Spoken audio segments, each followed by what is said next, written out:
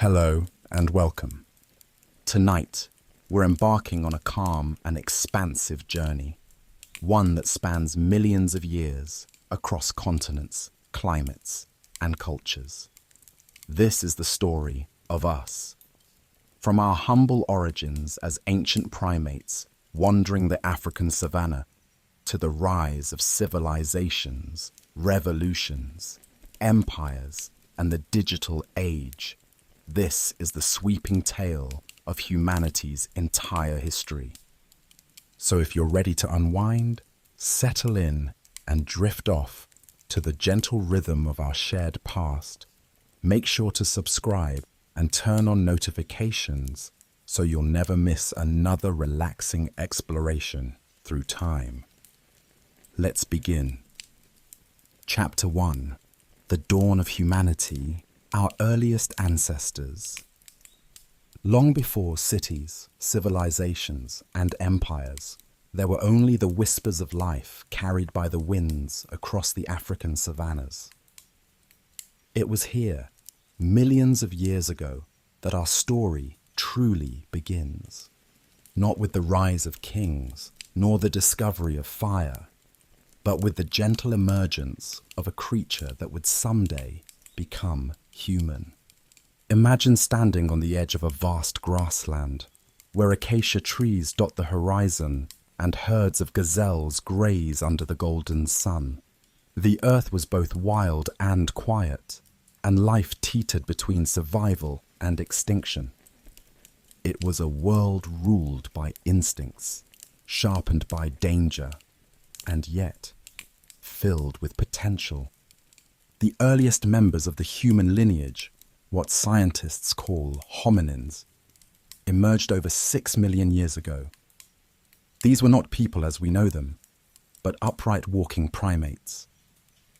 One of the earliest known is Sahelanthropus chadensis, discovered in Chad and dating back about 7 million years. With a combination of human-like and ape-like traits, it represents one of our oldest ancestors, an early experiment in evolution. From Sahelanthropus came a long lineage of species that walked upright, used primitive tools, and began to explore the landscape in search of food and safety. Among them was Australopithecus afarensis, the species that gave us Lucy, one of the most famous fossils in paleoanthropology. Discovered in Ethiopia in 1974, Lucy lived more than 3 million years ago and walked on 2 legs, a key milestone in human evolution.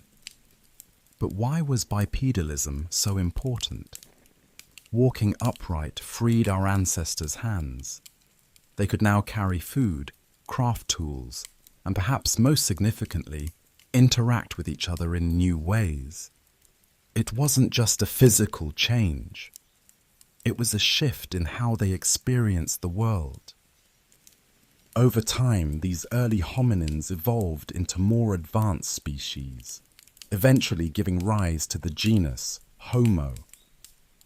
Homo habilis, meaning handy man, appeared around 2.4 million years ago and is considered one of the first true humans. They created stone tools, simple yet effective, sharp-edged rocks used to cut meat, crack bones, and prepare hides. These tools were passed down from generation to generation, marking the beginning of technology. With each generation, the human brain grew larger, more complex.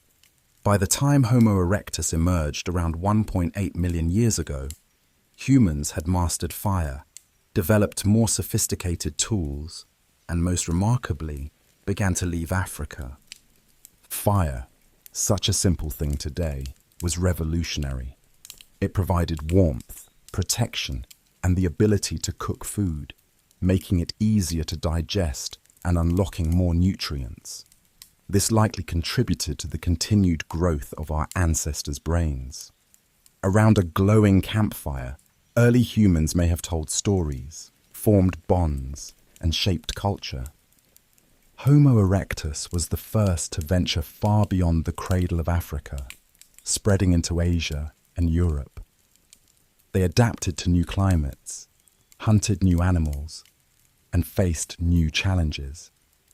They were explorers, pioneers, paving the way for the global human journey that was yet to come. As time moved forward, different species of humans coexisted, evolved, and sometimes competed. Among them was Homo neanderthalensis, or the Neanderthals. Stocky and strong, they lived across Europe and parts of Asia, surviving harsh Ice Age winters and developing complex social structures. Neanderthals weren't the brutish cavemen we once imagined. They buried their dead, used symbolic objects, and may have even had a form of language. They were thinkers, creators, just like us.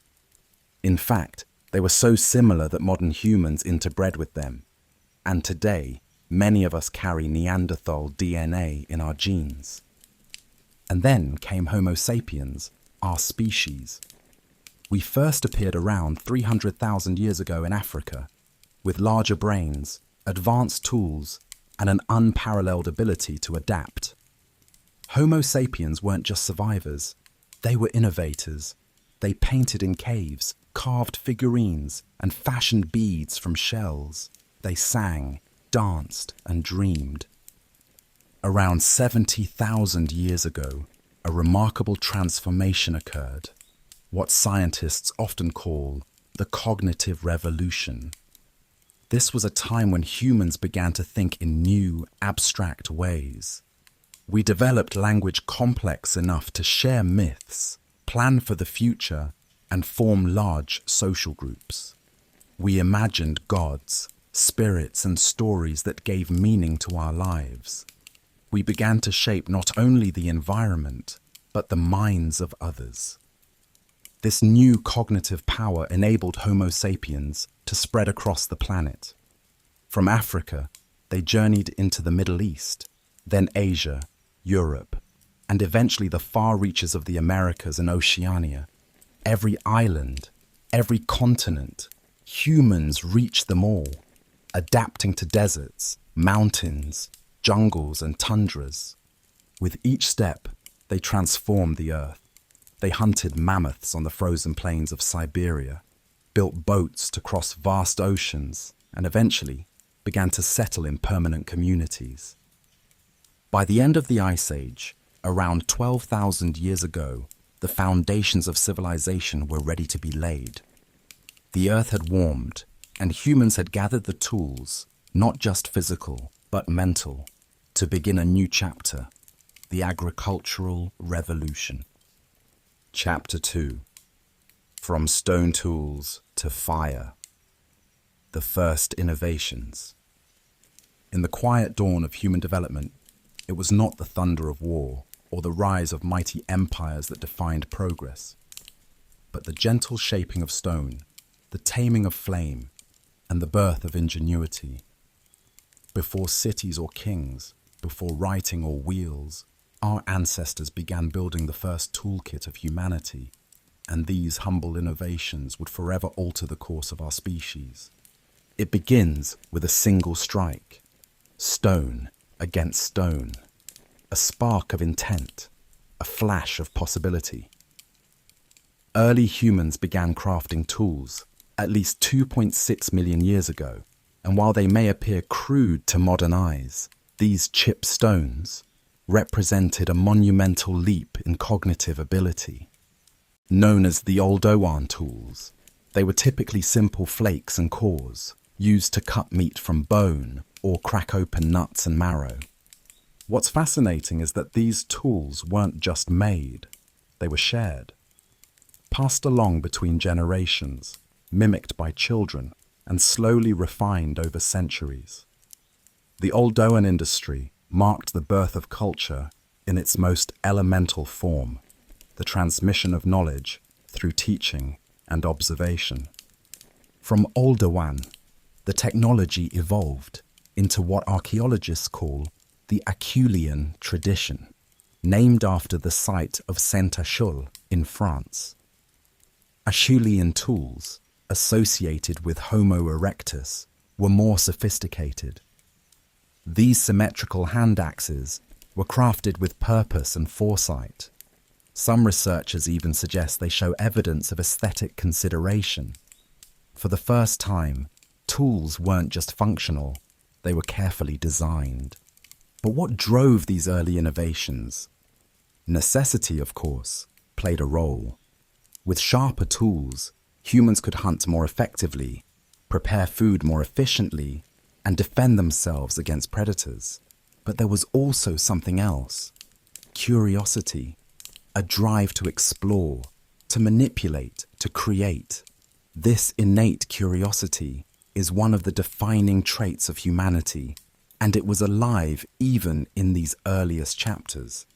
As tools became more advanced, so did the way humans interacted with their environment. They began crafting spears, developing composite tools with wooden handles and stone tips, and learning how to use natural adhesives like resin and tar. These were not the inventions of a single mind, but the cumulative effort of communities slowly experimenting and learning across generations. But among all these advancements, one stood out above the rest: fire. The controlled use of fire was nothing short of revolutionary. While natural fires caused by lightning or lava had existed for eons, the ability to harness and maintain fire gave early humans unprecedented power over their environment. The earliest evidence of controlled fire use dates back nearly 1.5 million years, though widespread mastery came much later. Fire was warmth in cold climates. It was safety in the dark. It was a cooking stove, a signal light, a social hearth. With fire, food could be roasted, making it easier to chew and digest, which likely contributed to changes in jaw structure and the development of language. Cooked food also provided more calories, fueling the energy demands of a growing brain. More than that, fire became a place of gathering. Imagine an ancient family sitting in a semicircle around the glow of a fire, telling stories, planning hunts, sharing silence. Around these flames, language and memory took shape. Fire became more than a tool. It became a symbol of human connection. Alongside fire, clothing began to appear, crafted from animal hides, using bone needles and primitive awls. These early garments allowed humans to venture into colder regions, unlocking new territories and expanding the boundaries of survival. Caves and rock shelters became homes. The first evidence of constructed dwellings, simple huts made of wood, bones and hide, can be traced back tens of thousands of years. With each new generation, humans moved beyond mere adaptation. They began to shape the world according to their needs. One of the most fascinating developments in this period is the emergence of art and symbolic expression. Deep within the caves of Europe and Asia, our ancestors painted on stone walls majestic bison, galloping horses, abstract symbols, and handprints that still echo across time. These weren't just decorations. They were reflections of thought, imagination, and perhaps even spirituality. The oldest known cave art found in Sulawesi, Indonesia, is over 45,000 years old. It depicts wild pigs rendered with surprising accuracy and flair. In Chauvet Cave in France, prehistoric artists used shading, perspective, and even motion blur, techniques rediscovered only millennia later in Renaissance painting. But it wasn't only painting. Humans carved figurines out of ivory and stone, such as the Venus of Hohlfels, a voluptuous female figure estimated to be over 35,000 years old. They etched abstract designs into bone and shell, perhaps as early forms of counting or storytelling. These expressions of creativity suggest a world rich in inner life, a mind capable of symbolism, myth, and wonder. Music, too, made its debut. Flutes carved from bird bones and mammoth ivory have been found in caves across Europe. These ancient instruments hint at rituals, dances, and celebrations. The human voice, once used for warning and calling, now sang with joy, grief, and love. The development of language is one of the greatest mysteries of prehistory. While we may never know exactly when or how it began, language transformed everything. It allowed for the sharing of complex ideas, the teaching of skills, the passing down of knowledge. Language enabled planning, cooperation, and the creation of culture. It also enabled storytelling, and with storytelling, the human mind took flight. By now, our ancestors had spread far beyond Africa. As they migrated into new lands, they encountered challenges and opportunities that further shaped their societies. In colder climates, they developed tailored clothing and built sturdy shelters. In coastal regions, they learned to fish and build boats. In forests, they crafted tools specific to wood and plant gathering. Each group, each clan, became specialists in their environment, yet they all shared the same cognitive spark, the ability to innovate, adapt, and imagine. As these scattered groups of humans continued to evolve, the seeds of society were being quietly sown. Cooperation became essential. Roles within groups diversified. Some hunted, others gathered. Elders shared knowledge. Children learned by watching and mimicking. Small bands of people began to form the earliest human communities. These groups were typically made up of 20 to 50 individuals, bound not just by blood, but by trust and mutual need. Leadership was informal, often based on wisdom, experience, or charisma, rather than force. Conflicts were resolved through negotiation or separation, rather than prolonged violence. Food was still acquired through foraging, hunting animals, gathering fruits, nuts, seeds, and tubers. This lifestyle required deep knowledge of the land, seasons, and animal behavior. Far from being primitive, these foragers developed sophisticated ecological understanding, often sustainable for tens of thousands of years. Seasonal rhythms governed life. People followed herds, tracked migration patterns, and gathered in large groups during harvests or mating seasons. These gatherings may have served as early forms of festivals, moments of social exchange, courtship, and celebration. Trade began in its earliest form, not with coins or written contracts, but through the sharing of rare items, materials, or knowledge. Obsidian tools, shells, pigments, and beads have been found hundreds of miles from their point of origin, suggesting a network of exchanges long before formal economies arose. And through it all, the human imagination flourished. By the end of this period, humans had mastered not only stone and fire, but the art of living together. They had become tool makers, artists, musicians, storytellers, and travelers. They had developed language, formed bonds, and left their mark on the world, literally and metaphorically. The stage was now set for the next monumental shift in human history, a shift that would forever transform how we lived, what we valued, and how we saw the world around us. The agricultural revolution was just over the horizon. Chapter 3: The Birth of Agriculture and the First Settlements. The earth warmed, glaciers receded, forests expanded, and rainfall patterns shifted. As the last ice age came to an end around 12,000 years ago, Humans found themselves in a world that was changing rapidly, and they were ready to change with it.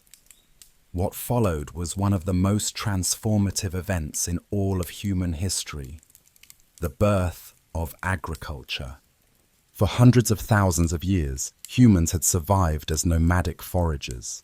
They moved with the seasons, followed herds, and relied on their intimate knowledge of plants and animals to gather food. This lifestyle was deeply ingrained, sustainable, and remarkably adaptive. But it had its limits, especially as populations grew and environments shifted. In a few key regions of the world, people began to experiment. They noticed which grains grew best, which seeds fell from the plants they liked most, and which wild animals seemed less fearful, more predictable. Slowly, gradually, these observations turned into practice. They began to cultivate plants and domesticate animals. One of the first known areas of agricultural development was the Fertile Crescent, a crescent-shaped region stretching from modern-day Iraq through Syria, Lebanon, Israel, and into Egypt. Here, in the valleys of the Tigris and Euphrates rivers, humans began cultivating wheat, barley, lentils, and chickpeas. They also domesticated sheep, goats, and later, cattle. Other regions followed suit. In China's Yellow River Valley, millet and later rice were cultivated. In Mesoamerica, people grew maize, beans, and squash. In the Andes, potatoes and quinoa emerged, while West Africa gave rise to sorghum and yams.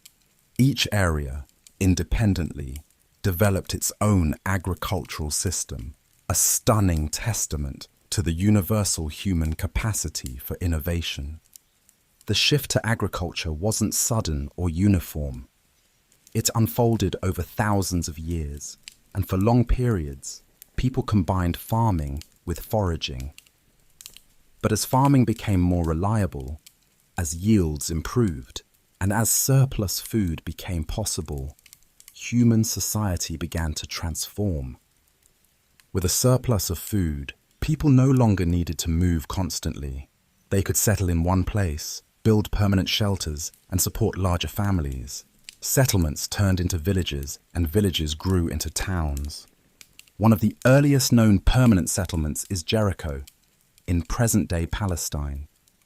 Dating back more than 11,000 years, Jericho featured stone buildings, a protective wall, and even a watchtower, indications of organized labor and communal effort. Another remarkable site is Çatalhöyük in modern-day Turkey, which flourished around 7,500 BCE. This densely packed town had hundreds of connected homes, murals depicting spiritual and daily life, and evidence of long-distance trade. There were no streets. Instead, people entered homes through the roofs. It was an early example of urban planning and communal living. As settlements grew, so did complexity. The storage of surplus food led to the emergence of property. People began to accumulate resources, leading to new social roles, hierarchies, and divisions of labor. Some became farmers, others craftsmen, leaders, or priests. For the first time, inequality began to take root, not just in wealth, but in power. Agriculture also altered the relationship between humans and the environment. Land was cleared, forests cut down, and water diverted for irrigation. Domesticated animals became common, providing milk, meat, wool, and labor. Yet with these changes came new risks: dependence on a limited range of crops, vulnerability to pests or drought, and the spread of disease due to larger, more crowded populations. Despite these challenges, the benefits of agriculture were immense. Reliable food allowed populations to grow. Settled life led to the development of pottery, weaving, and new forms of architecture. trade expanded as communities exchanged goods, like obsidian, salt, and textiles. The foundations of civilization, writing, government, religion, would soon follow. Religion, in particular, began to evolve in settled societies, where once humans may have honored the spirits of animals, trees, or the sky in small personal rituals, larger communities began to build shrines and temples. In Göbekli Tepe, a hilltop site in southeastern Turkey, dating to around 9600 BCE, enormous stone pillars arranged in circles suggest ceremonial gatherings and sophisticated symbolic thought, even before the rise of full agriculture. This site challenges the traditional narrative that religion arose after farming. It may suggest that communal spiritual practices helped drive people to settle and cooperate in the first place. Art and storytelling flourished. In the absence of written language, oral traditions continued to carry myths, histories, and values across generations. Pottery became not just functional, but decorative. Patterns, symbols, and painted scenes on clay vessels began to reflect the culture and identity of a people. Tools, too, advanced. Farmers developed plows, irrigation channels, and grinding stones. Metalworking began with the use of copper, marking the end of the Stone Age and the beginning of the Chalcolithic, or Copper Age. With the ability to store grain and other surplus food, humans faced a new challenge: protection. Stored resources attracted raiders or rival groups. Fortifications became common. Societies began organizing militias, and the seeds of warfare were planted. Writing had not yet emerged, but record-keeping was on the horizon. In Mesopotamia, clay tokens were used to represent quantities of goods, an early form of accounting. Over time, these symbols evolved into cuneiform, one of the world's first writing systems. Meanwhile, social roles diversified. Gender roles, likely flexible in foraging societies, began to solidify. In many early agricultural societies, men took on roles related to ploughing and defense, while women were often tasked with food processing, textile production, and child rearing. Though varied across cultures, these patterns laid the groundwork for future social structures. The rhythm of life was now defined by the cycle of seasons: planting, growing, harvesting, and resting. Calendars were developed to track time based on the stars, the moon, and the sun. These early observations laid the groundwork for astronomy and the science that would follow. Farming also fostered a new relationship with death. Burials became more elaborate, with grave goods and markers. Ancestor worship became common, and cemeteries formed outside settlements. People began to think not only of the living, but of legacy, of those who had come before and those who would come after. The invention of agriculture did more than change what people ate. It changed how they lived, how they thought, and how they saw the world. It turned the wild into the cultivated, the temporary into the permanent, and the communal into the organized. And most of all, it set the stage for the rise of civilization. From these early settlements, the great river valley cultures would soon rise. In Mesopotamia, Egypt, the Indus Valley, and China, humans would begin building cities, codifying laws, constructing monuments, and recording their stories in writing. They would invent mathematics, religion, governance, and war. But all of it, every city, every empire, every written word, traces its roots back to these early moments when someone, somewhere, bent to the earth and planted a seed. Chapter 4: The Rise of Civilizations. Mesopotamia, Egypt, and beyond. With agriculture firmly in place and human settlements spreading across fertile lands, the foundation was set for the next great chapter of our story, the rise of civilizations. These weren't just larger villages or towns. Civilizations brought with them monumental architecture, written language, organized religion, centralized governments, and social stratification on a scale the world had never seen before. The first great civilizations arose in the fertile valleys of rivers. These rivers provided water for crops, transportation for trade, and rich soil from annual floods. The earliest and most influential of these emerged in Mesopotamia, the land between the Tigris and Euphrates rivers, often called the cradle of civilization. Mesopotamia, the cradle of civilization. In Mesopotamia, around 3000 BCE, city-states like Uruk, Ur, and Eridu began to thrive. Each was an independent political entity, centered around a temple or ziggurat, a stepped pyramid structure believed to house the gods. These temples weren't just places of worship, they were economic and political hubs, controlling land, labor, and trade. The Sumerians, the people of southern Mesopotamia, made remarkable advances.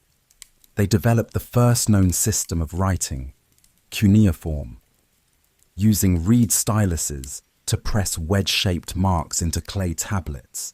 They recorded everything from grain shipments and laws to myths and poetry.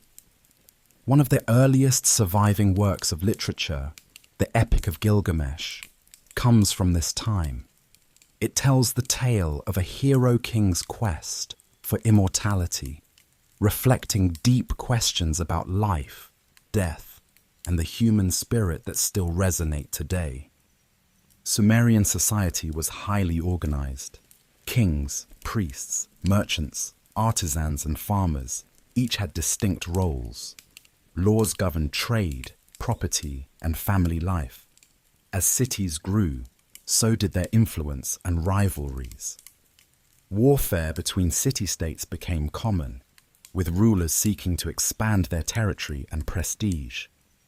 By around 2300 BCE, Sargon of Akkad unified many of these city-states into what is considered the first empire in history, the Akkadian Empire. Though short-lived, it set a precedent for future empires and the idea of centralized rule over diverse peoples. Later, the Babylonians and Assyrians would rise in this region, each contributing to the legacy of Mesopotamian civilization.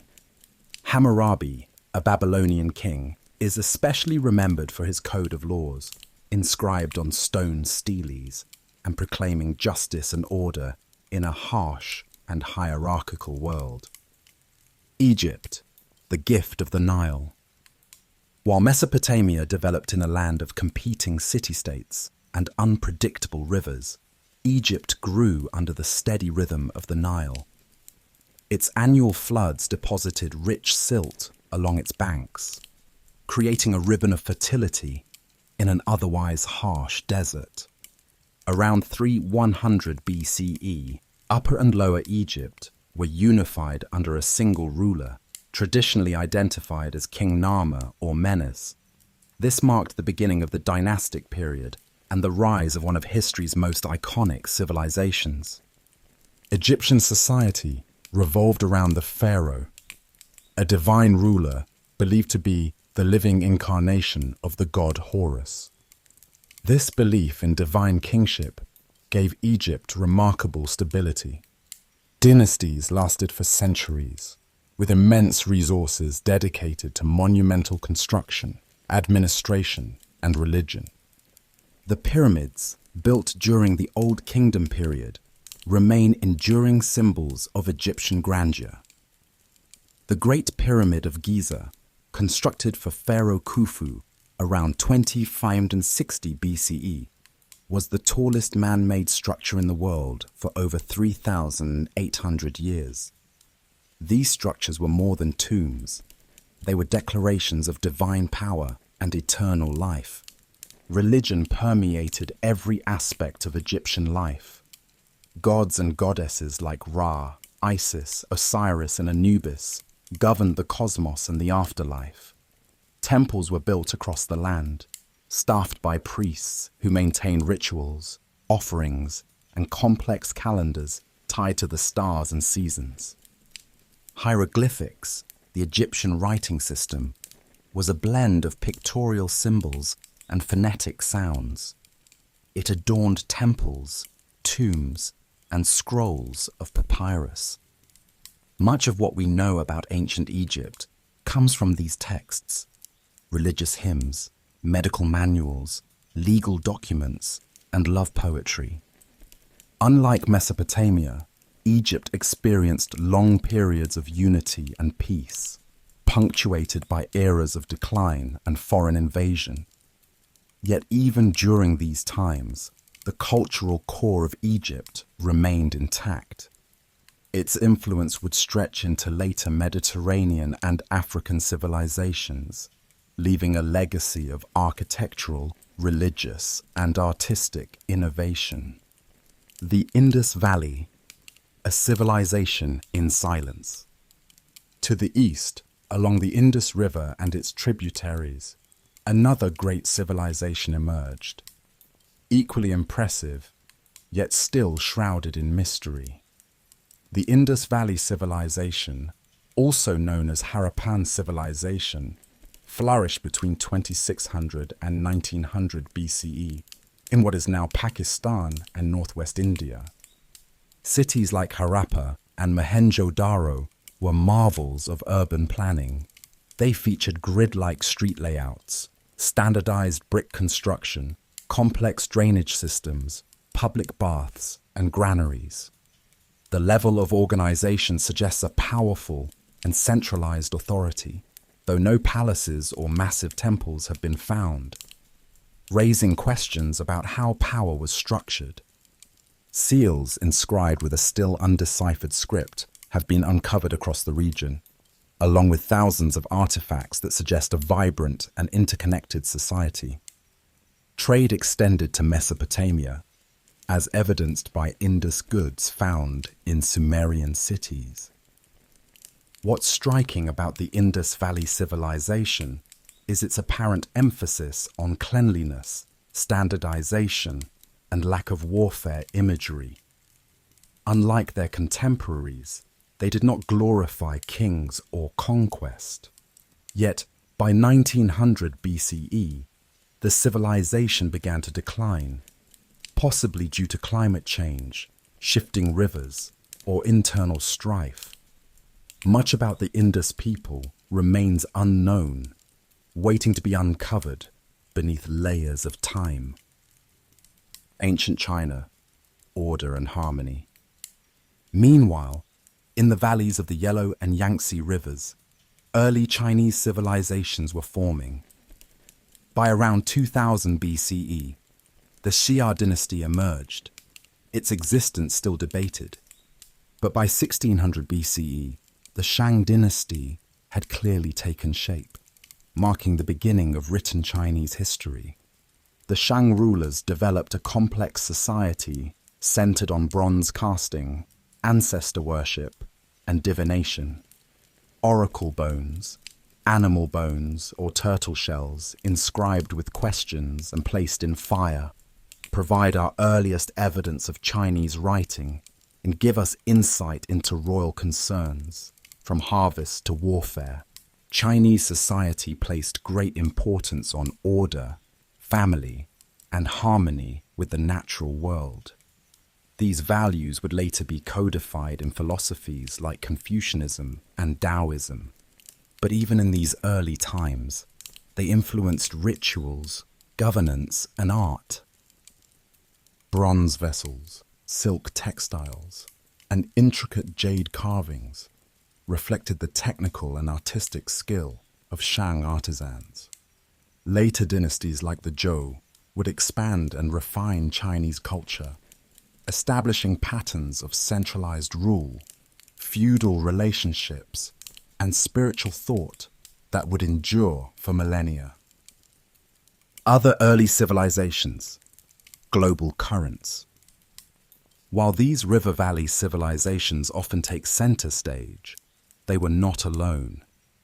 Across the globe, societies were forming, trading, worshipping, and shaping their environments in unique ways. In the Americas, cultures like the Olmec in Mesoamerica were creating ceremonial centers and colossal stone heads as early as 1200 BCE. In the Andes, the Norte Chico civilization, dating back to 3000 BCE, built pyramids and developed a quipu system of knot records. In sub-Saharan Africa, early Sahelian and West African communities practiced agriculture, metallurgy, and trade, laying the foundations for later empires like Ghana and Mali. In Europe, the megalithic builders erected monuments like Stonehenge, aligning stones with astronomical events and seasonal cycles. Across the Pacific, the Austronesian peoples began one of history's greatest migrations, spreading from Taiwan to Polynesia, Madagascar, and beyond, navigating vast oceans with nothing but stars, wind, and memory. These early civilizations were not isolated. Trade routes, migrations, and shared innovations connected them in a web of influence. Technologies like the wheel, writing, metallurgy, and irrigation spread across continents, evolving in response to local needs and beliefs. Civilization, then, was not a single spark, but a constellation, each point glowing with human creativity, resilience, and ambition. Chapter 5: Gods, Myths, and Empires. Religion and Power in the Ancient World. As civilizations matured, they began to seek not just survival, but meaning. The heavens were observed, stories were told, rituals were practiced, and in every corner of the ancient world, people looked to the skies, the rivers, the sun, and the stars for answers. Religion, mythology, and political power became deeply entwined, shaping societies, legitimizing rule, and offering comfort in an uncertain world. From the earliest times, humans had believed in forces beyond their understanding, spirits in the wind, gods in the mountains, ancestors whispering through the rustling of trees. But with the rise of cities and empires, belief systems evolved from local traditions into organized, institutional faiths. These ancient religions were not separate from daily life. They were woven into the rhythm of seasons, the structure of government, and the very concept of justice. Divine kings and sacred order. In many ancient civilizations, rulers were seen not just as political leaders, but as divine or semi-divine beings. In Egypt, the pharaoh was believed to be a living god, a mediator between the mortal and the divine. His word was law, his image immortalized in stone, his body preserved for eternity. Temples dominated city skylines. These were not houses of worship in the modern sense. They were cosmic centers, thought to sustain the balance of the universe. Priests performed daily rituals, offered sacrifices, and interpreted omens to ensure divine favor. In Mesopotamia, each city had its patron god or goddess. Kings built grand ziggurats to honor them and performed sacred rites to maintain the favor of the gods. Political legitimacy was deeply tied to religious authority. Rulers who lost divine support were believed to invite chaos, drought, or defeat. The concept of Ma'at in Egypt, A principle of truth, balance, and cosmic order guided both religion and governance. Pharaohs were seen as guardians of Mehat, responsible for maintaining harmony between heaven and earth. To disturb this balance was to invite disaster. Pantheons and myths. Across the ancient world, gods and goddesses took many forms. They were creators, destroyers, protectors, and tricksters. In Mesopotamia, Enlil ruled the sky. Inanna represented love and war, and Marduk rose to supremacy in Babylon's mythology after defeating the primordial sea goddess Tiamat, a myth that symbolized the triumph of order over chaos. In Egypt, the pantheon was rich and complex. Ra, the sun god, sailed across the sky each day and through the underworld at night. Osiris, the god of the afterlife, ruled the realm of the dead. His myth of death, resurrection, and divine judgment offered hope and structure to Egyptian beliefs about mortality. Meanwhile, in India, early Vedic religion laid the foundation for Hinduism. The Rig Veda, composed in Sanskrit around 1500 BCE, is a collection of hymns that praise deities like Indra, Agni, and Varuna. These gods represented elements of nature and human experience: storm, fire, cosmic law. As Vedic beliefs evolved, new philosophical ideas emerged: karma, dharma, and the cycle of rebirth. These ideas, developed by sages and recorded in the Upanishads, would profoundly influence spiritual thought, not only in India, but across Asia. Zoroastrianism, light and darkness. One of the most influential early monotheistic religions emerged in ancient Persia. Zoroastrianism, founded by the prophet Zoroaster, or Zarathustra, around the 6th century BCE, introduced a powerful cosmic dualism. The god Ahura Mazda represented truth, light, and goodness, while Angra Mainyu embodied deceit and destruction. Humans were seen as participants in this struggle, endowed with free will to choose between good and evil. Fire temples, sacred texts known as the Avesta, and concepts of judgment, heaven, and hell shaped a world view that would later influence Judaism, Christianity, and Islam. Zoroastrianism became the state religion of the Persian Empire, aligning divine authority with imperial rule.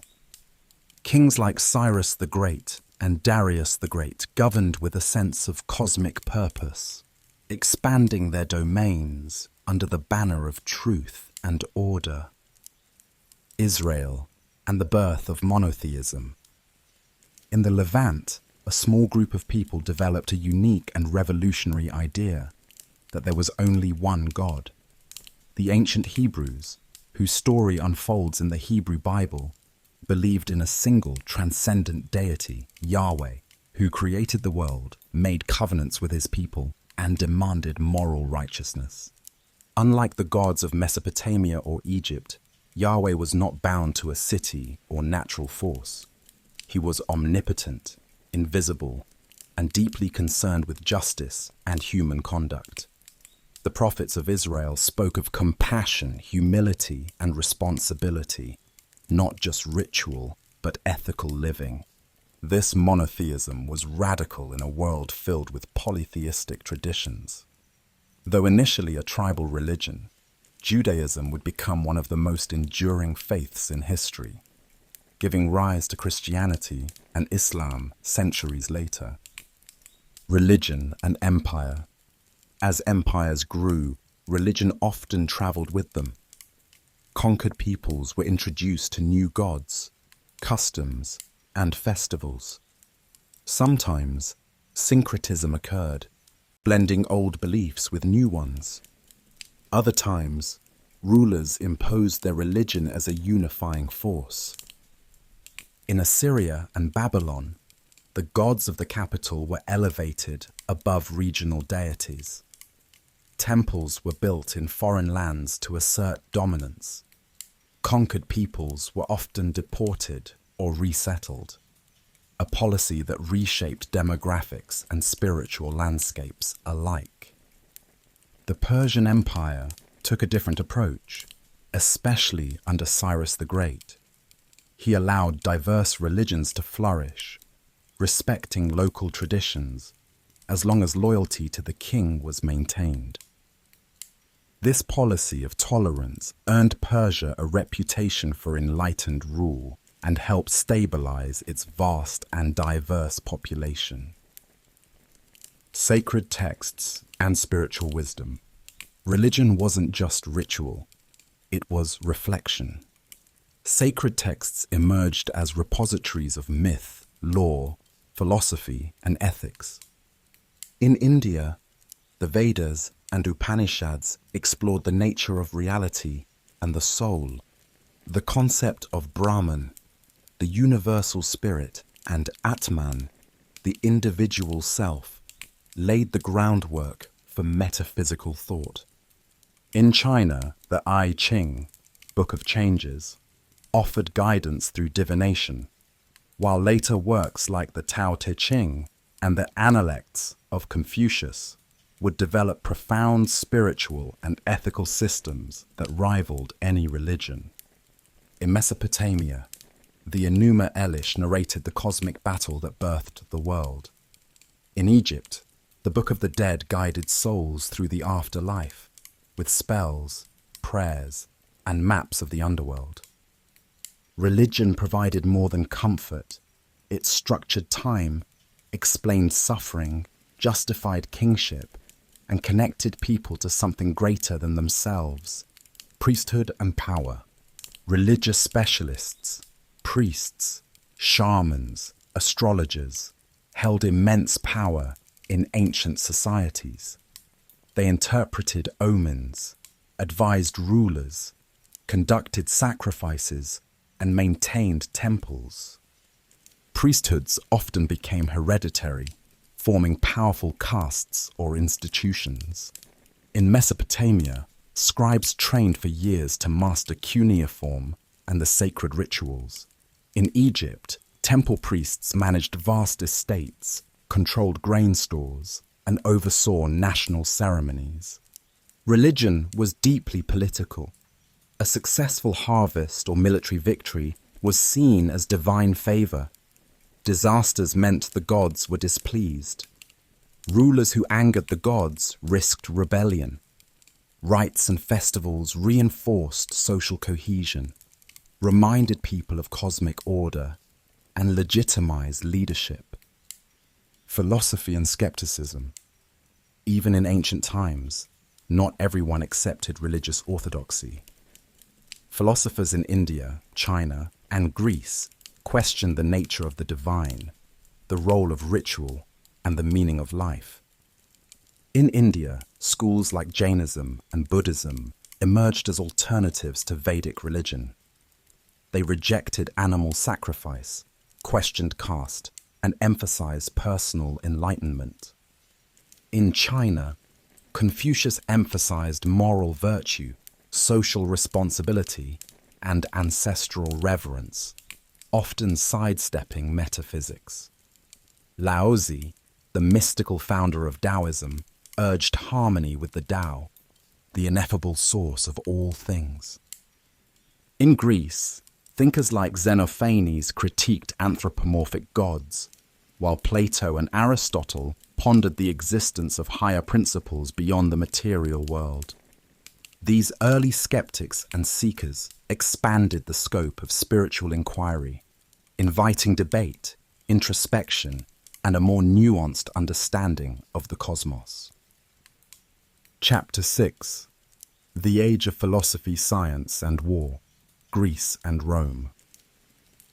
As the ancient world grew more connected through trade, conquest, and diplomacy, two civilizations emerged that would profoundly influence the course of Western history: Greece and Rome. Together, They shaped ideas about governance, reason, beauty, and power that still echo today. But their stories are not only about glory, they're also tales of ambition, upheaval, and the delicate balance between freedom and control. Let us begin in the sunlit hills and stony coasts of ancient Greece, a land fragmented into city-states, yet unified by language, religion, and a spirit of inquiry. Ancient Greece, the search for excellence. Greece was not a unified nation, but a tapestry of poleis, or city-states, each with its own government, military, and customs. Among the most prominent were Athens and Sparta, two cities that could not have been more different. Sparta, in the Peloponnesus, was a militaristic society built on discipline and endurance. Its male citizens were trained from a young age to be warriors, and its social system was rigid and austere. Sparta prized order, obedience, and strength. Athens, in contrast, became a cradle of culture, democracy, and intellectual achievement. Around 508 BCE, Athens introduced a radical experiment in governance, democratia, or rule by the people. Citizens, though only a small, privileged group, debated laws, voted on policy, and held officials accountable. It was in Athens that philosophy truly blossomed. Thinkers began to question the nature of reality, ethics, and the cosmos, not just through mythology, but through reason. The golden age of philosophy, Socrates, the enigmatic Athenian philosopher, challenged his fellow citizens to examine their lives. He asked probing questions, exposed contradictions, and insisted that true wisdom lay in recognizing one's ignorance. His method of dialogue, now called the Socratic method, transformed philosophy into a rigorous and dynamic pursuit. Socrates never wrote anything himself, but his student Plato recorded his teachings. Plato imagined a world of perfect forms, argued that the soul was immortal, and envisioned an ideal society ruled by philosopher kings. His academy became the first known institution of higher learning in the Western world. Plato's student, Aristotle, took a more empirical approach. He classified the natural world, explored logic and ethics, and laid the foundations for biology, physics, and political science. His influence would stretch through the Middle Ages and into the modern era. These thinkers were not isolated scholars. They lived in a society that valued debate, performance, and public life. Athens was also home to dramatists like Sophocles, Euripides, and Aristophanes, who explored the human condition through tragedy and comedy. Science and the cosmos. Greek science flourished alongside philosophy. Pythagoras studied mathematics and musical harmony. Hippocrates systematized medicine and sought natural causes for disease. Herodotus and Thucydides pioneered historical writing, seeking to understand not just what happened, but why. Astronomers like Anaximander, Aristarchus, and later Ptolemy developed complex models of the universe. Some even proposed that the Earth orbited the Sun, a theory lost for centuries, but later revived during the Renaissance. The Greeks also made advances in engineering, architecture, and art. The Parthenon, built atop the Acropolis in Athens, remains a symbol of classical beauty and mathematical precision. War and empire. But Greece's story was also one of conflict. In the 5th century BCE, the Persian Empire, an immense power stretching from India to the Mediterranean, invaded Greece. Against overwhelming odds, the Greek city-states united, The battles of Marathon, Thermopylae, and Salamis became legends of resistance and heroism. After the Persian Wars, Athens entered a golden age under Pericles. Yet this glory bred envy and fear. Sparta and Athens turned on each other in the Peloponnesian War, a brutal conflict that drained resources, shattered unity, and opened the door for new powers to rise. In the north, the Kingdom of Macedon, under King Philip II and later his son Alexander, grew strong.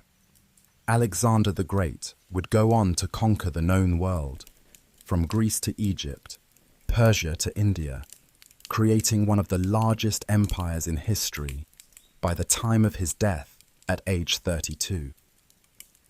Alexander's conquests spread Greek language, ideas, and art across 3 continents. This era, known as the Hellenistic period, saw the blending of Greek culture with Egyptian, Persian, and Indian traditions. Cities like Alexandria in Egypt became centers of learning, housing great libraries, observatories, and academies. The rise of Rome. While Greece flourished in the east, another power was rising in the west. Rome began as a small city-state on the Tiber River, founded, according to legend, in 753 BCE by Romulus and Remus, twins raised by a she-wolf. Whether myth or fact, Rome's story was one of steady expansion, adaptability, and ambition. Rome's early system was a monarchy, but in 509 BCE, the Romans established a republic.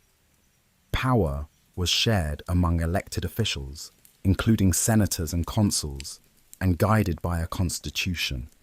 Although the republic had flaws, slavery, inequality, and limited suffrage, it became a model of civic structure.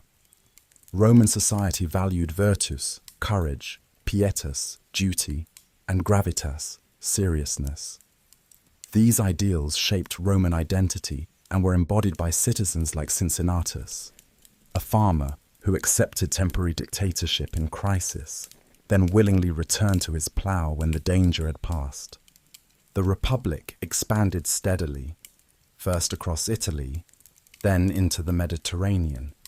By the 2nd century BCE, Rome had defeated its rival Carthage in the Punic Wars, most famously facing Hannibal, who crossed the Alps with elephants to threaten Rome. Through conquest, Rome gained vast territories, but also internal strain. Wealth flooded in from abroad, enriching a few and impoverishing many. Slavery increased, and political corruption deepened. Figures like Tiberius and Gaius Gracchus tried to reform land distribution, but were killed. Generals like Marius and Sulla seized power through force. Civil war became frequent, and the Republic began to fracture. Julius Caesar and the fall of the Republic. In the 1st century BCE, Julius Caesar emerged as a brilliant general and cunning politician. After conquering Gaul, he crossed the Rubicon River, defying the Senate, and took control of Rome. Declared dictator for life, Caesar enacted reforms but made powerful enemies. In 44 BCE, he was assassinated by senators hoping to save the Republic. Instead, his death plunged Rome into further chaos. After years of war, Caesar's grandnephew and heir, Octavian, defeated his rivals, most notably Mark Antony and Cleopatra, and became the first Roman emperor, taking the name Augustus. The Roman Empire. With Augustus's rise in 27 BCE, the Roman Empire was born. Though the Senate remained, real power rested with the emperor. Augustus ushered in the Pax Romana, a 200-year period of relative peace, stability, and prosperity. The empire expanded to its greatest extent, stretching from Britain to Egypt, Spain to Mesopotamia. Roads, aqueducts, and cities connected a vast, multicultural realm. Latin became the common tongue of the West, Greek of the East. Roman law, engineering, and administration were highly advanced. The Colosseum, the Pantheon, and Roman baths showcased their architectural genius. Roman citizenship extended to many, creating a shared identity among diverse peoples. Yet beneath this grandeur were tensions. Economic inequality persisted. Succession crises plagued the imperial office. Emperors varied wildly, from wise and benevolent rulers like Marcus Aurelius to erratic and cruel figures like Nero and Caligula. Christianity and transformation. In the 1st century CE, a new religious movement emerged in the Roman province of Judea. Jesus of Nazareth preached a message of love, humility, and salvation. He was crucified by Roman authorities, but his followers spread his teachings, claiming he had risen from the dead. Christianity grew rapidly, despite persecution. Its promise of eternal life, moral clarity, and spiritual equality appealed to many. Over time, it attracted not only the poor and enslaved, but also scholars and officials. In 313 CE, Emperor Constantine legalized Christianity with the Edict of Milan. By the end of the 4th century, it became the official religion of the empire. Temples gave way to churches. Pagan festivals were Christianized. The once persecuted faith now sat at the heart of Roman power. Decline and legacy. By the 5th century, the Western Roman Empire faced relentless pressure, from internal decay to external invasions by Germanic tribes. In 476 CE, the last Western emperor was deposed. The Eastern Roman Empire, known as the Byzantine Empire, would continue for another 1,000 years. Though the Western Empire fell, Rome's legacy endured. Its language shaped the Romance languages. Its laws influenced legal systems for centuries. Its roads, aqueducts, and cities became the backbone of medieval Europe. And its ideas of republic, empire, duty, and civilization continue to inspire future generations. Chapter 7: Faith and Empire. The spread of Islam and Christianity.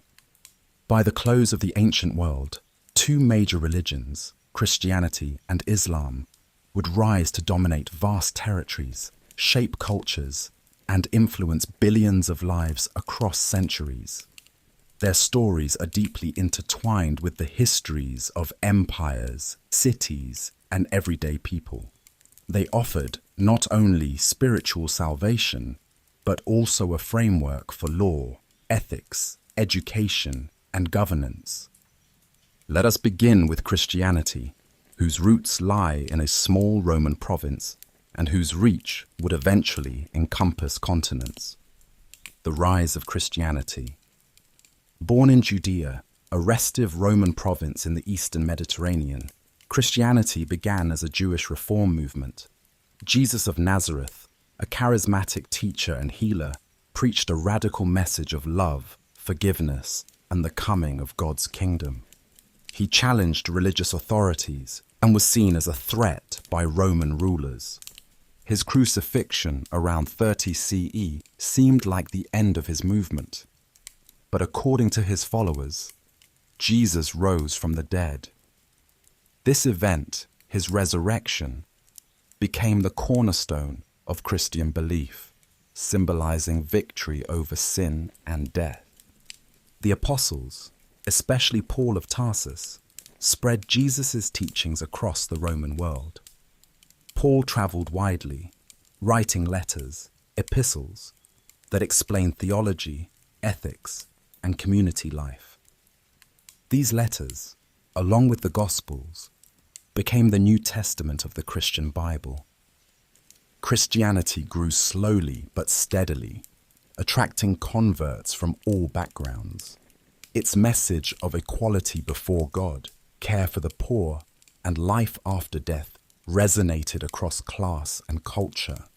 It also built strong communities, offering support, ritual, and identity. Persecution was common, especially under emperors like Nero and Diocletian. Christians were seen as subversive. They refused to worship Roman gods or the emperor, but their resilience and the martyrdom of many believers only strengthened the faith. From persecution to power. In 313 CE, a seismic shift occurred. Emperor Constantine, after a vision of a cross before battle, converted to Christianity and issued the Edict of Milan, legalizing the faith. He convened the Council of Nicaea in 325 CE to unify Christian doctrine, resulting in the Nicene Creed, still recited in churches today. Constantine moved the capital of the empire to Byzantium, renaming it Constantinople, modern-day Istanbul, and made Christianity central to imperial identity. By the end of the 4th century, Emperor Theodosius made Christianity the official religion of the Roman Empire. Pagan temples were closed, and Christian bishops gained political influence. This union of church and state would shape medieval Europe. The Bishop of Rome, the Pope, gradually emerged as a central authority, especially after the fall of the Western Roman Empire, the Byzantine Empire and Eastern Orthodoxy. In the East, the Byzantine Empire preserved Roman law, Greek culture, and Christian faith. Emperors ruled by divine right, and the Orthodox Church developed its own traditions, liturgies, and theological perspectives. The Great Schism of 1054 divided Christianity into Roman Catholicism in the West and Eastern Orthodoxy in the East, a split driven by doctrinal disputes, political tensions, and cultural differences. Despite this divide, both branches of Christianity continued to grow, influencing art, architecture, education, and politics across their spheres of influence. The birth of Islam. While Christianity was spreading across Europe and the Mediterranean, a new faith was taking root in the Arabian Peninsula. In the 6th century CE, Arabia was a land of desert tribes, caravan routes, and polytheistic worship. Mecca, a prosperous trade center, housed the Kaaba, a sacred shrine that attracted pilgrims from across the region. In 610 CE, a merchant named Muhammad, known for his honesty and contemplative nature, began receiving revelations during meditative retreats. These messages, believed to be from Allah, God, were later compiled into the Quran, the holy book of Islam. Islam means submission to the will of God, and its followers, Muslims, believe Muhammad to be the final prophet in a long line that includes Abraham, Moses, and Jesus. The core beliefs of Islam are outlined in the 5 pillars. Shahada, the declaration of faith. There is no God but Allah, and Muhammad is his messenger. Salat, prayer 5 times a day facing Mecca.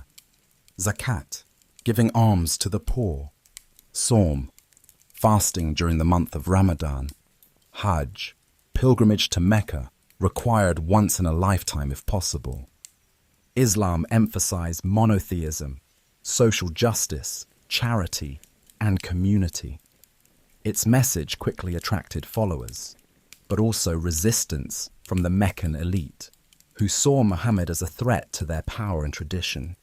In 622 CE, Muhammad and his followers fled to Medina, an event known as the Hijra, which marks the beginning of the Islamic calendar. In Medina, Muhammad became both a spiritual and political leader, uniting tribes and forging a new religious community. By the time of his death in 632 CE, much of the Arabian Peninsula had embraced Islam, the caliphates and the spread of Islam. After Muhammad's death, leadership passed to a series of caliphs, successors tasked with guiding the Muslim community. The first 4 caliphs, known as the Rashidun, rightly guided, oversaw a rapid expansion of Islam through military conquest and diplomacy. The Umayyad Caliphate, based in Damascus, extended Islamic rule from Spain to India. Arabic became the administrative language, and Islamic culture flourished in new territories. Later, the Abbasid Caliphate, centered in Baghdad, presided over a golden age of science, art, and learning. Scholars translated Greek, Persian, and Indian texts into Arabic, preserving and expanding knowledge in fields like mathematics, astronomy, medicine, and philosophy. Islam was not imposed by force in all regions. In many cases, people converted voluntarily due to the appeal of Islamic values, trade networks, or social mobility within the Muslim community. Islamic culture and civilization. From Spain's Al-Andalus to India's Mughal Empire, Islamic civilization became a bridge between East and West. It fostered innovations in architecture, mosques with grand domes and minarets, intricate geometric patterns, and calligraphy. Cities like Cordoba, Cairo, and Samarkand became centers of culture and scholarship. Libraries housed thousands of volumes. Universities attracted students from across the world. Poetry, music, and mysticism flourished. Sufism, a mystical branch of Islam, emphasized personal connection with God through love, meditation, and music. Sufi poets like Rumi captured spiritual longing in verse that transcended borders. Religion as empire. Both Christianity and Islam became deeply intertwined with political power. Kings and emperors ruled with divine sanction. Religious leaders wielded secular influence. Conversions could shift the balance of power. Religious alliances could determine wars. Crusades were launched in the name of faith. Conversions were encouraged and sometimes forced. Yet religion also provided a shared language of morality, charity, and community. In the centuries to come, these two great faiths would both clash and coexist, trading ideas, goods, and technologies. They would inspire cathedrals and mosques, saints and scholars, reformers and revolutionaries. Above all, they would shape how millions understood the universe, their place in it, and the nature of the divine. Chapter 8. Empires of the East, China, India, and the Silk Roads. While Europe and the Mediterranean developed through the rise of Christianity and Islam, the Eastern world cultivated its own complex empires, philosophies, and networks of trade. Across Asia, ancient civilizations like China and India evolved into some of the most enduring and sophisticated states in human history. Their influence stretched far beyond their borders, connected by the legendary Silk Roads, pathways not only for goods, but for culture, faith, and knowledge. Let us begin in China, where dynasties rose and fell, yet a sense of continuity and harmony endured for millennia. The dynastic cycle of China. China's history is defined by a series of dynasties, families that ruled with the belief in the mandate of heaven, a concept that justified imperial authority, but also held emperors accountable. If a ruler governed justly and maintained harmony, he had heaven's blessing. But famine, war, or rebellion could be seen as signs that the mandate had been withdrawn. After the Shang and Zhou dynasties laid early foundations, the Qin dynasty, 221 to 206 BCE, marked China's first unification. Under Qin Shi Huang, the first emperor, China saw vast reforms: a standardized script, currency, weights and measures, and the construction of roads and the first version of the Great Wall. His tomb, guarded by the famous Terracotta Army, remains one of the world's greatest archaeological treasures. Following the Qin came the Han Dynasty, 206 BCE, 220 CE, a golden age of Chinese civilization. The Han expanded the empire's borders, promoted Confucianism as state philosophy, and opened the Silk Roads, connecting China to Central Asia, the Middle East, and beyond. Confucianism, Taoism, and harmony.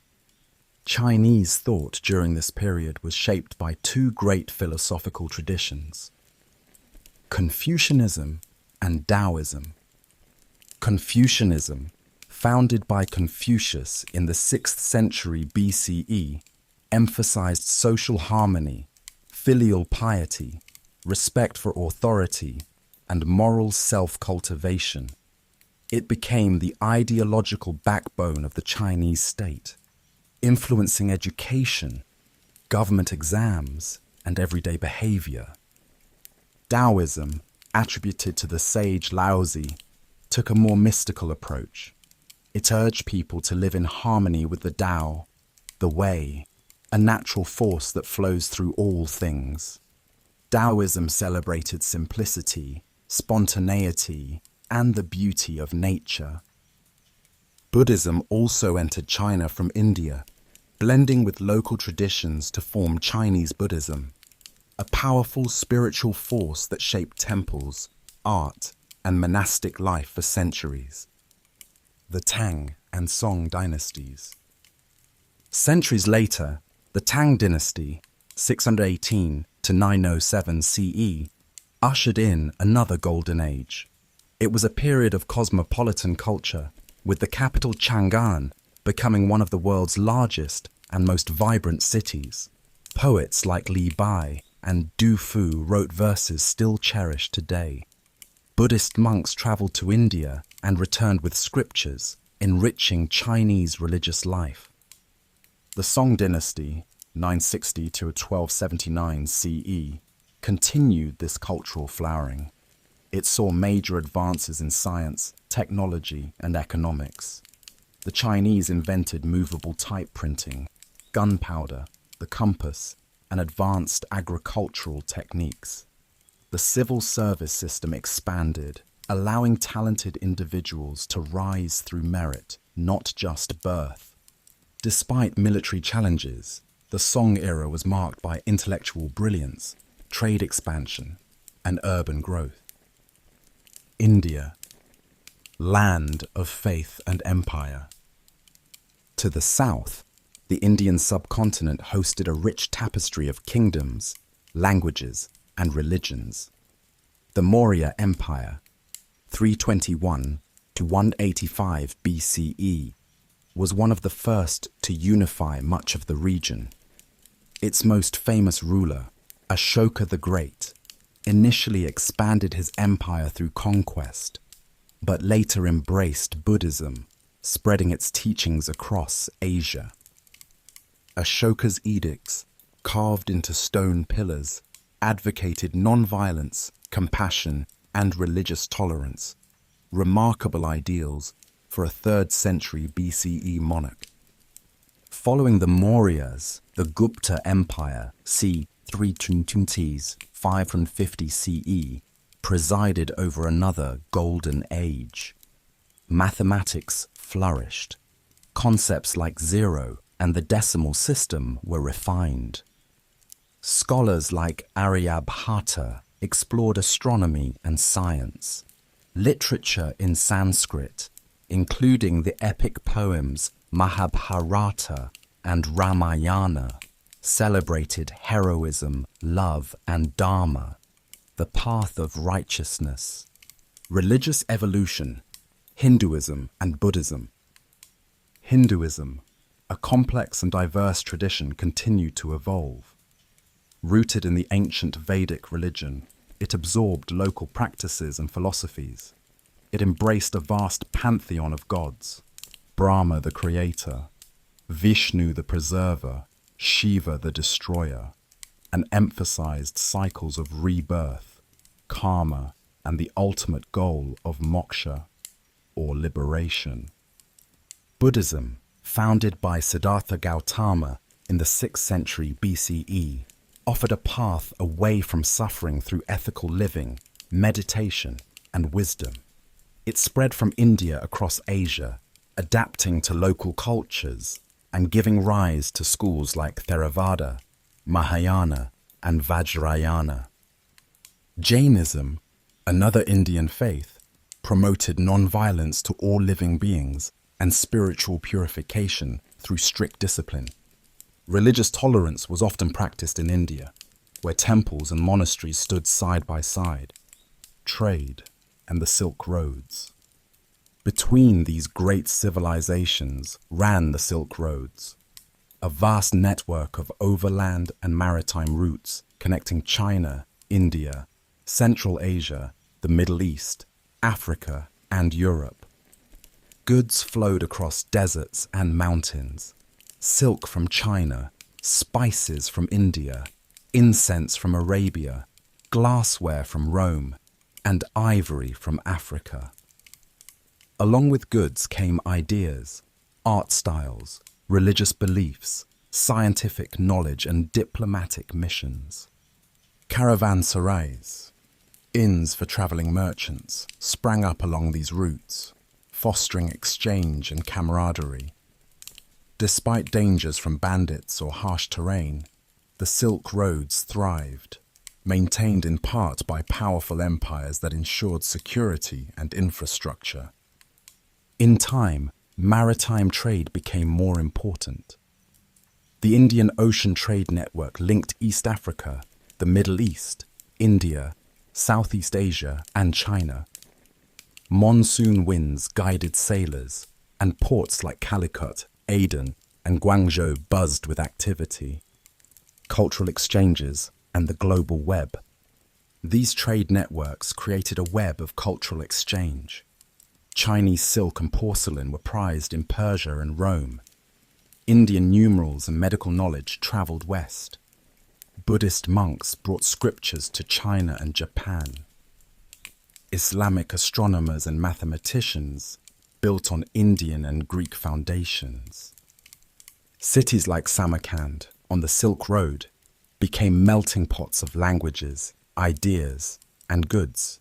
They hosted scholars, merchants, pilgrims, and diplomats, each carrying stories from afar. These exchanges laid the groundwork for a globalized world long before the modern era. Challenges and resilience. These Eastern empires were not without challenge. Invasions from Central Asian nomads, internal rebellions, religious conflicts, and natural disasters periodically shook their foundations. Yet again and again they adapted. Dynasties fell and rose. Faiths evolved. Ideas merged and spread. Through it all, China and India remained centers of population, innovation, and spiritual depth. As the world moved toward the medieval era, new empires would rise, some forged in fire, others built on belief. And the rhythms of trade, faith, and power would continue to shape the destiny of humankind. Chapter 9: The Mongol Empire and the Making of a Connected World.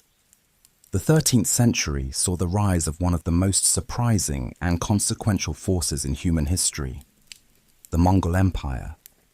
Emerging from the vast steppes of Central Asia, the Mongols forged the largest contiguous land empire the world has ever known. But theirs was not just an empire of conquest.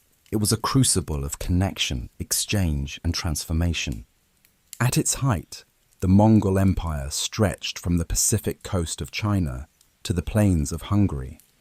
And while its expansion was fueled by devastating military campaigns, its legacy would reshape global history in ways both brutal and beautiful. The rise of Genghis Khan, born around 1162 as Temujin, the future Genghis Khan began life as a member of a minor Mongol clan. His early years were marked by hardship. His father was poisoned by rivals, and his family was cast out. But Temujin proved to be a gifted leader, forging alliances, defeating enemies, and gradually uniting the Mongol tribes. In 1206, he was proclaimed Genghis Khan, universal ruler. With a disciplined cavalry and revolutionary military tactics, he launched a campaign of conquest unlike any before. The Mongol army was swift, mobile, and relentless. They used composite bows with deadly precision, coordinated attacks across vast distances, and practiced psychological warfare, spreading fear to encourage surrender before battle even began. Within a few decades, they conquered northern China, Central Asia, Persia, and Eastern Europe. After Genghis's death in 1227, his successors continued expanding. Kublai Khan, his grandson, would eventually establish the Yuan dynasty in China, becoming emperor of all under heaven. Pax Mongolica, the Mongol peace. Despite their fearsome reputation, the Mongols brought a remarkable degree of order and stability to the territories they controlled. Roads were protected, trade was encouraged, and laws were standardized. This era of relative peace, often called the Pax Mongolica, allowed for the flourishing of long-distance exchange across Eurasia. Merchants, diplomats, missionaries, and travelers moved more freely than ever before. Goods from China, like silk, porcelain, and tea, flowed westward, while Persian textiles, Indian spices, and European silver moved eastward.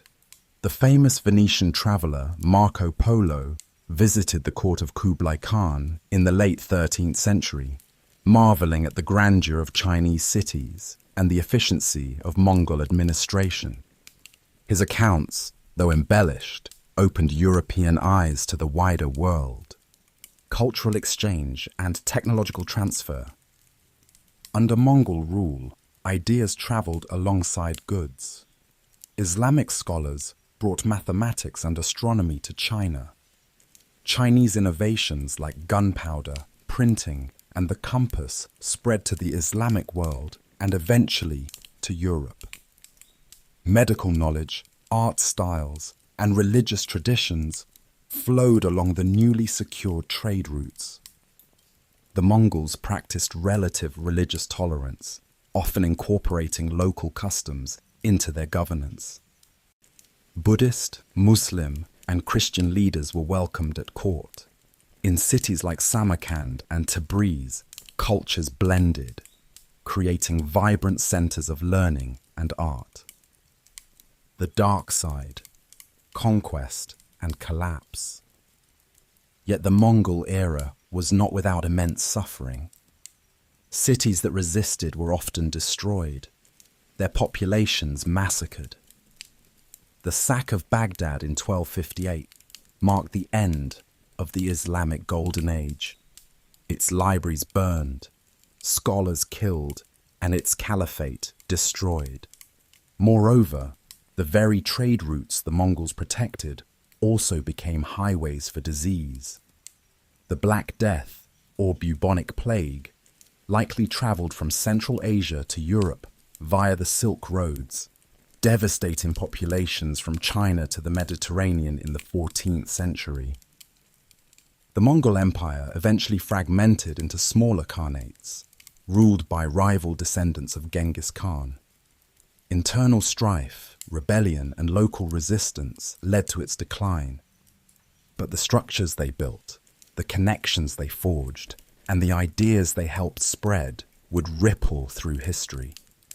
The Mongol era marked a turning point, a moment when the vast world grew smaller, not through harmony, but through conquest and consequence. And from the ashes of the Mongol Empire, new powers would rise: Ottomans, Safavids, Mughals, and eventually the great empires of early modern Europe. Chapter 10. From the Renaissance to the modern world. A global awakening.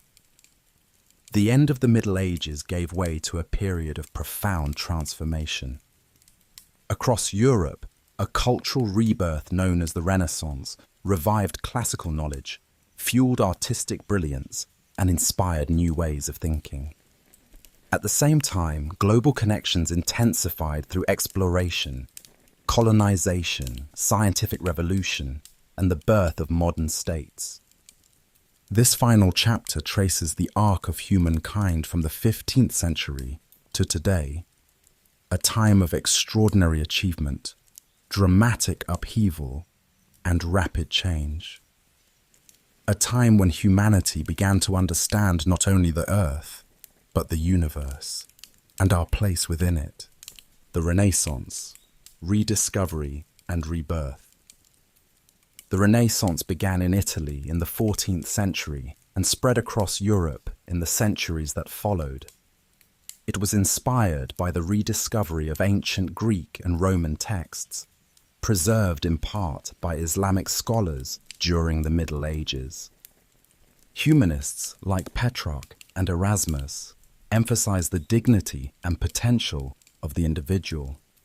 Artists like Leonardo da Vinci, Michelangelo, and Raphael produce works of enduring beauty, celebrating the human form, perspective, and emotion. New techniques in painting, sculpture, and architecture redefined aesthetics. Literature flourished, from Dante's Divine Comedy to Shakespeare's timeless plays. Science, philosophy, and politics also underwent a rebirth, driven by curiosity, skepticism, and a deep desire to understand the world. Exploration and colonization. Fueled by curiosity, competition, and a thirst for wealth, European powers began to explore the globe. The Portuguese navigated the coasts of Africa. The Spanish crossed the Atlantic. In 1492, Christopher Columbus, seeking a western route to Asia, reached the Americas, setting in motion a cascade of encounters, conquests, and cultural exchanges. This era, often called the Age of Discovery, was marked by both wonder and devastation. Europeans encountered vast civilizations in the Americas, the Aztec, Maya, and Inca, each with rich traditions, advanced engineering, and deep spiritual beliefs. But conquest was brutal. Diseases like smallpox decimated indigenous populations. Empires were overthrown, cultures erased or suppressed. In their place rose colonial societies fueled by the extraction of resources and the exploitation of labor. The Atlantic slave trade, one of the darkest chapters in human history, saw millions of Africans forcibly transported to the Americas to work on plantations. This vast human tragedy reshaped societies on both sides of the ocean. Yet the Columbian Exchange also brought new crops, animals, and ideas across continents. Potatoes, maize, and tomatoes transformed European diets. Horses changed the way of life for many indigenous peoples of the Americas. The world grew smaller, more connected, and more contested. Scientific revolution and enlightenment. In the 16th and 17th centuries, a new approach to knowledge emerged: the scientific method. Observation, experimentation, and reasoning replaced superstition and dogma. Copernicus proposed a heliocentric universe.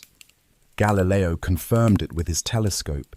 Newton formulated the laws of motion and gravity, uniting the heavens and the earth under universal principles. The scientific revolution challenged long-held beliefs, not just about the cosmos, but about authority, nature, and the human mind. This intellectual ferment gave rise to the Enlightenment in the 18th century. Philosophers like Voltaire, Rousseau, and Locke championed reason, liberty, and equality. They questioned kings and churches, advocated for education and human rights, and laid the groundwork for modern democracies. Their ideas inspired revolutions: the American Revolution in 1776, the French Revolution in 1789, and independence movements across Latin America. Power was no longer seen as divine, but as something granted by the people, to serve the people. Industrialization and empire. The 19th century saw the rise of the Industrial Revolution. Machines replaced hand tools, factories reshaped cities, steam engines powered locomotives and ships. Coal and iron fueled a new economy of mass production and global trade. With industrial power came imperial ambition. European nations carved up Africa, Asia, and the Pacific, seeking markets and resources. Colonies were justified with ideologies of racial superiority and civilizing missions. But imperialism also met resistance. Nationalist movements grew in colonized lands. Revolts erupted. Intellectuals, poets, and freedom fighters imagined new futures beyond empire. At the same time, the human population soared. Urbanization, education, and new technologies transformed daily life. Telegraphs shrank distance. Railroads connected nations. Newspapers and photographs changed how people saw the world.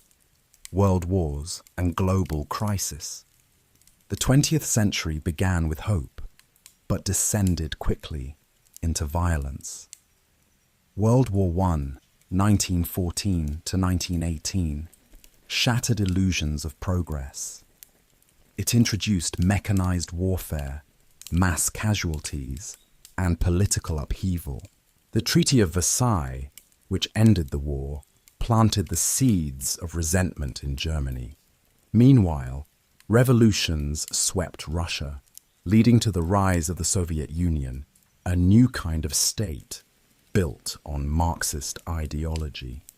World War II, 1939 to 1945, was even more devastating. It saw the rise of totalitarian regimes in Germany, Italy, and Japan. The Holocaust murdered 6 million Jews. Entire cities were bombed.